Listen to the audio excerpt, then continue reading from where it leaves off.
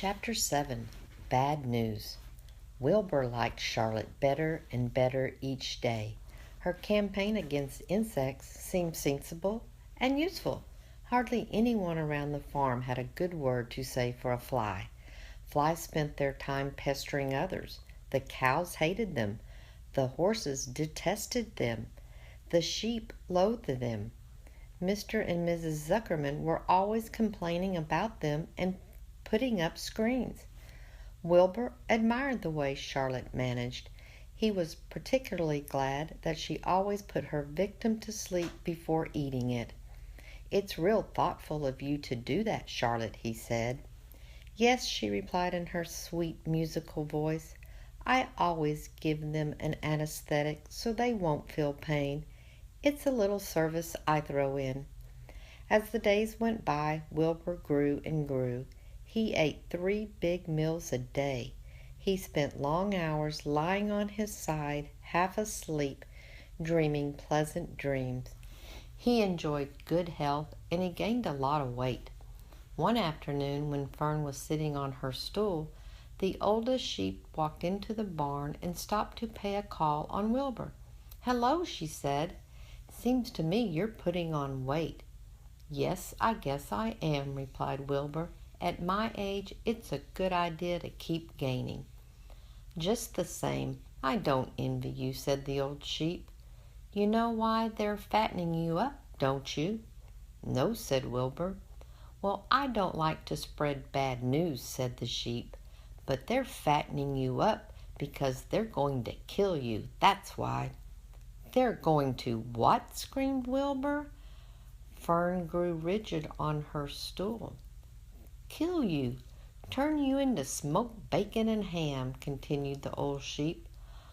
"Almost all young pigs get murdered by the farmer as soon as the real cold weather sets in.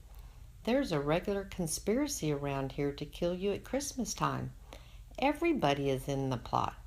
Lurvy, Zuckerman, even John Arable." "Mr. Arable?" sobbed Wilbur. "Fern's father?" "Certainly. When a pig is to be butchered, everybody helps. I'm an old sheep, and I see the same thing.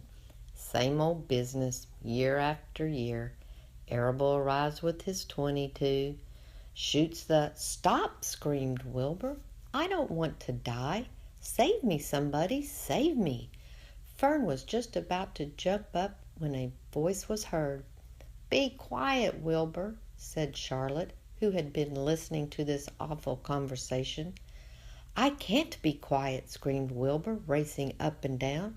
"I don't want to be killed. I don't want to die. Is it true what the old sheep says, Charlotte?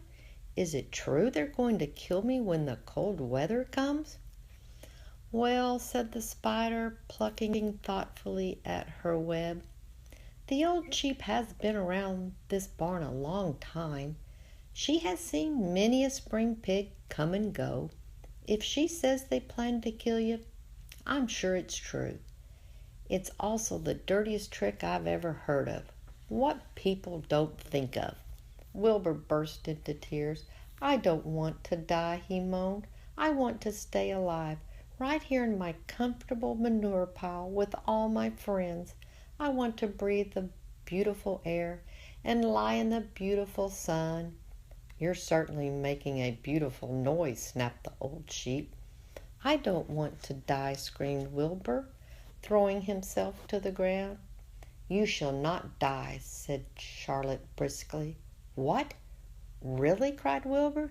"Who's going to save me?" "I am," said Charlotte. "How?" asked Wilbur. "That remains to be seen. But I'm going to save you, and I want you to quiet down immediately. You're carrying on in a childish way. Stop your crying. I can't stand hysterics."